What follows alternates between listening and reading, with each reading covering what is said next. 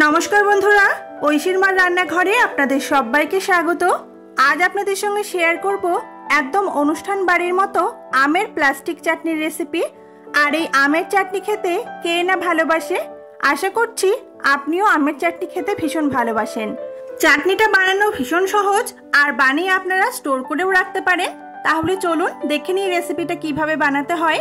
প্রথমে একটা বড় সাইজের আম নিয়েছি, আমি একটু বেশি পরিমাণে বানাবো আর আপনারা চাইলে আপনাদের প্রয়োজন মতো নিতে পারেন।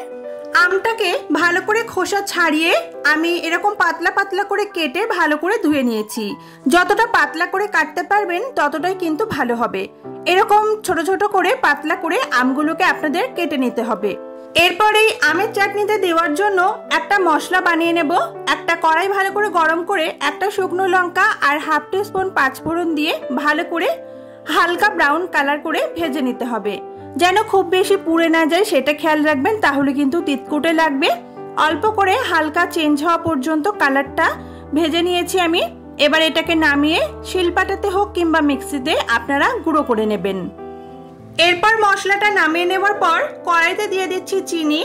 আমটা যতটা টক বা মিষ্টি হবে সেই অনুযায়ী চিনিটা ব্যবহার করতে হবে। আর যে যতটা টক বা মিষ্টি চাটনিটা খেতে চান সেই অনুযায়ী কিন্তু দেবেন। এর সাথে যতটা পরিমাণে চিনি দিয়েছিলাম ততটা পরিমাণে আমি জল দিয়ে দিলাম। তার সাথে এখানে দিয়ে দিচ্ছি হাফ টিস্পুন গোটা মৌরি আর 1/4 টিস্পুন মতো লবণ দেবো, কারণ আমের যে টক ভাব আছে সেটার মধ্যে একটু লবণ দিলে স্বাদটা কিন্তু বেশি ভালো হয়। এবার চিনিটা সম্পূর্ণ গলে যাওয়া পর্যন্ত গ্যাসের ফ্লেমটা হাইতে দিয়ে আমি নাড়াচাড়া করে নিচ্ছি।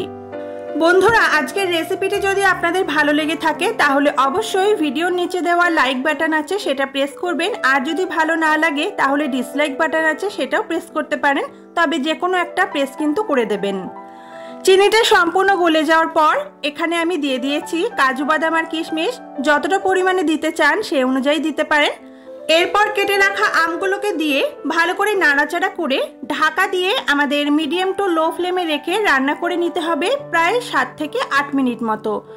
আর এই 7 থেকে 8 মিনিট মতো যে আমাদের রান্না করতে হবে আমটাকে, তার মাঝে কিন্তু একবার ঢাকনাটা খুলে অবশ্যই নাড়াচাড়া করে আমটাকে মিশিয়ে দেবেন, না হলে কিন্তু সব আমগুলো সমানভাবে সিদ্ধ হতে নাও পারে। আমি প্রায় 2 থেকে 3 মিনিট পর একবার ঢাকনাটা খুলে নাড়াচাড়া করে দিচ্ছি। এর মধ্যে দেখুন আমগুলো কিন্তু সুন্দরভাবে ট্রান্সপারেন্ট হয়ে যেতে শুরু করেছে। এবার আবারও ঢাকা দিয়ে দিচ্ছি আর সম্পূর্ণ আমটা সিদ্ধ হওয়া পর্যন্ত রান্না করে নিয়েছি। এখন ঢাকনাটা খুলে নিলাম, আরও একবার নাড়াচাড়া করে মিশিয়ে দেব। আর এই সময় একবার দেখিয়ে দিচ্ছি আমটা কত ভালো সিদ্ধ হয়েছে। আমগুলো কিন্তু দেখেই মনে হচ্ছে খুব ভালো সিদ্ধ হয়ে গেছে। আর এইভাবে একবার চেক করে নিতে পারেন। আমগুলো যখন ভালোভাবে এরকম সিদ্ধ হয়ে যাবে তখন কিছু আম কিন্তু খুন্তি বা স্প্যাচুলাটা দিয়ে এভাবে একটু ঘেটে দেবেন। এতে করে আমের চাটনির এই গ্রেভিটা কিন্তু একটু ঘন হবে। এরপর এর মধ্যে আমি দিয়ে দেব 1 টিস্পুন ভিনিগার। ভিনিগারটা দিলে আমের এই চাটনিটা কিন্তু তাড়াতাড়ি নষ্ট হয় না, বেশি দিন পর্যন্ত রেখে দেওয়া যায়। তো আপনারা চাইলে আরো বেশি করে বানিয়ে স্টোর করে কিন্তু রেখে দিতে পারেন। আর নর্মালি এইভাবে বানিয়ে ফ্রিজে 1 মাস পর্যন্ত কিন্তু আপনারা রেখে বার করে করে খেতে পারবেন। এর সাথে দেখুন আমি যে ভাজা মশলাটা করেছিলাম সেটাকেও দিয়ে দিয়েছি।